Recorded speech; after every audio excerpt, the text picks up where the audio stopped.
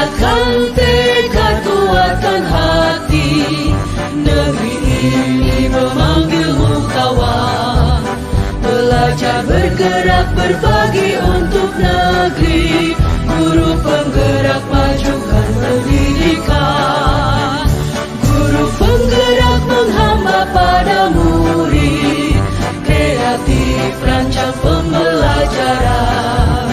Hargai potensi, tingkatkan prestasi, lahirkan profil pelajar Pancasila.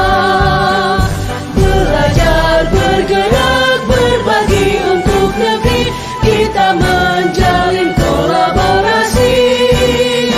Belajar bergerak berbagi untuk negeri, demi bakti pada Ibu Pertiwi.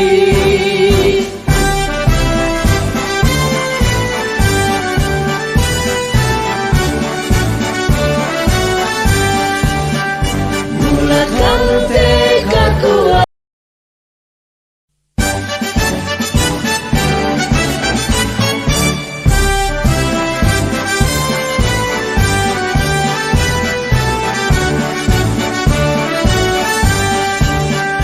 Bulatkan tekad, kuatkan hati, negeri ini memanggilmu kawan. Belajar bergerak berbagi untuk negeri, guru penggerak majukan pendidikan. Guru penggerak menghamba pada murid, kreatif rancang pembelajaran. Hargai potensi, tingkatkan prestasi, lahirkan profil pelajar Pancasila.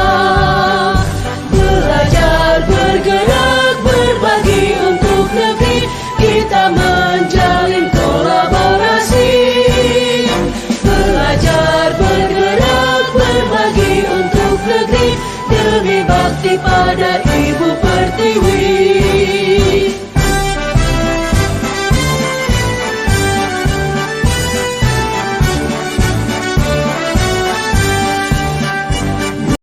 Selamat siang Ibu Yesi. Selamat siang Ibu Anita.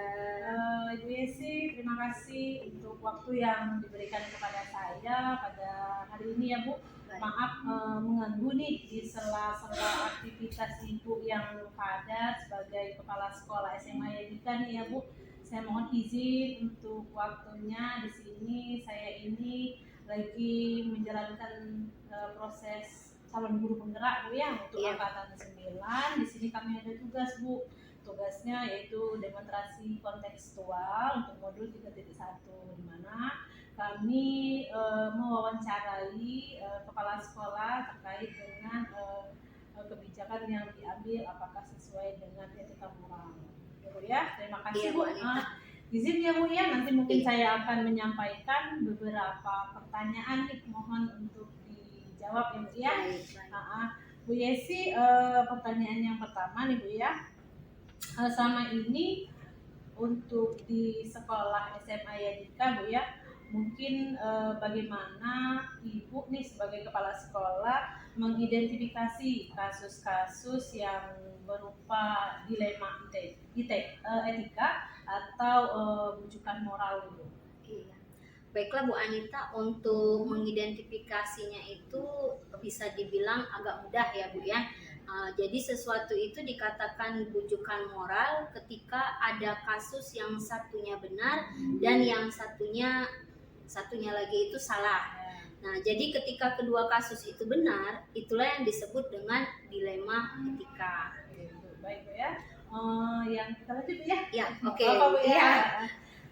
Pertanyaan kedua nih Bu, ketika Ibu bertugas sebagai kepala sekolah di sini untuk menjalankan pengambilan keputusan di SMA Yadika ya Bu ya, terutama ada misalnya kasus di mana ada dua kepentingan nih Bu yang misalnya sama-sama benar atau mengandung nilai-nilai kebijakan, bagaimana Bu cara pengangkatannya?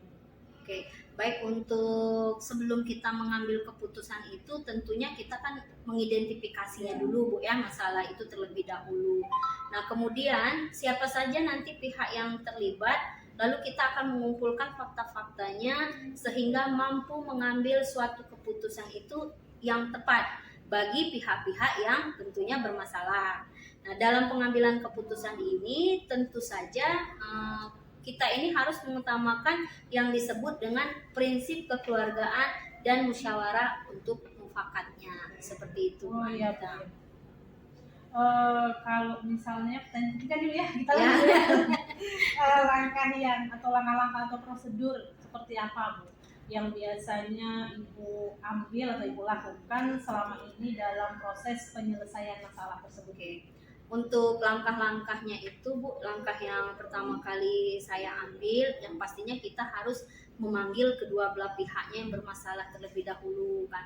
Karena kalau kita panggil salah satu saja kan gak etis lah ya, Bu ya. Iya. Nah, jadi kita mintain keterangan supaya saya mengetahui letak permasalahan dan kronologinya dulu seperti apa kan. Nah, nanti setelah itu baru kita menemukan bagaimana solusi terbaik yang akan kita ambil dan yang akan kita putuskan dengan tidak merugikan sebelah pihak. Jadi untuk mencapai suatu mufakat tadi, Bu Anita. Baik, Bu ya.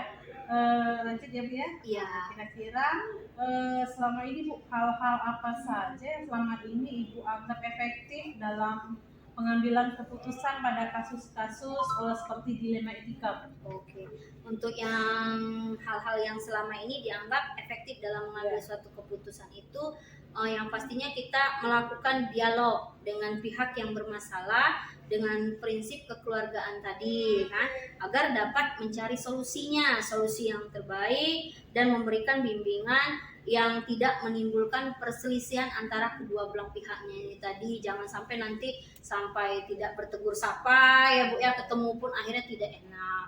Seperti itu, Bu Anita. Oke, baik, Bu ya.